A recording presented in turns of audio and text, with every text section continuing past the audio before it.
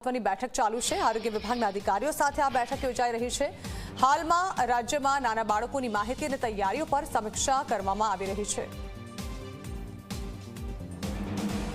તો એચએમપીવી વાયરસની મોટાભાગની જે અસરો છે તે 14 વર્ષથી મોટા બાળકો અને સાથે જ વૃદ્ધોમાં વધારે જોવા મળતી હોય છે, ત્યારે તેને પગલે એક મહત્વપૂર્ણ બેઠક મુખ્ય સચિવની અધ્યક્ષતામાં ચાલી રહી છે।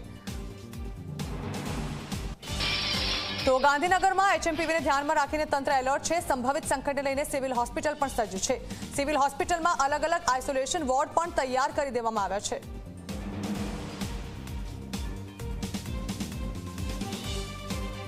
નથી ગભરાવાની કોઈ જરૂર નથી, કેમ કે શિયાળાની ઋતુમાં આ બધા વાયરસીસ આવતા જ હોય છે અને 2001થી આ વાયરસ છે જ, પણ થોડુંક પ્રિકોશન લેવાની જરૂર છે કે જેવા પેશન્ટ આવે તો એને આઇસોલેશન વોર્ડમાં રાખવાની જરૂર છે, જે અમે લોકોએ ગાંધીનગરમાં તૈયાર કરી દીધો છે। D4માં 25 બેડનો આઇસોલેશન વોર્ડ રેડી છે અને એના માટે જે બી દવાઓ કે જે પ્રિકોશન્સ લેવાની હોય, પીપી કિટ કે આ બધી તૈયાર છે। ડૉક્ટર્સ બધા રેડી છે। એમાં કંઈ ગભરાવાની જરૂર નથી આ વાયરસથી, કેમ કે આ કોમન જ વાયરસ છે બસ, પણ જે ઉંમરવાળા અને નાના બાળકો છે એમાં થોડુંક વધારે પ્રિકોશન લેવાની જરૂર છે।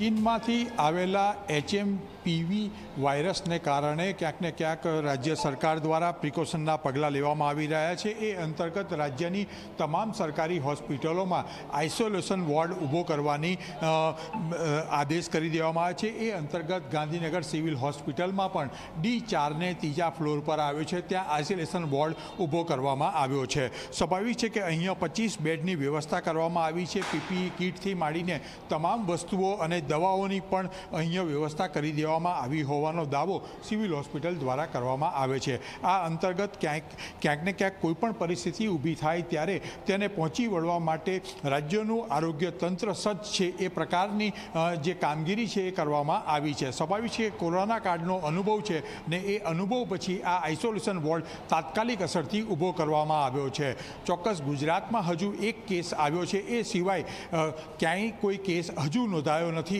પણ આમ છતાં સરકારી તંત્ર દ્વારા તાત્કાલિક અસરથી પગલાં ભરવામાં આવ્યા છે।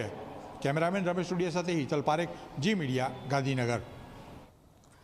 અમરેલીમાં પૂર્વ વિપક્ષ નેતાએ આપી છે ઉપવાસની ચીમકી। પાયલ ગોટીને ન્યાય અપાવવા માટે પરેશ ધાનાણી હવે ઉપવાસ કરશે। 24 કલાકમાં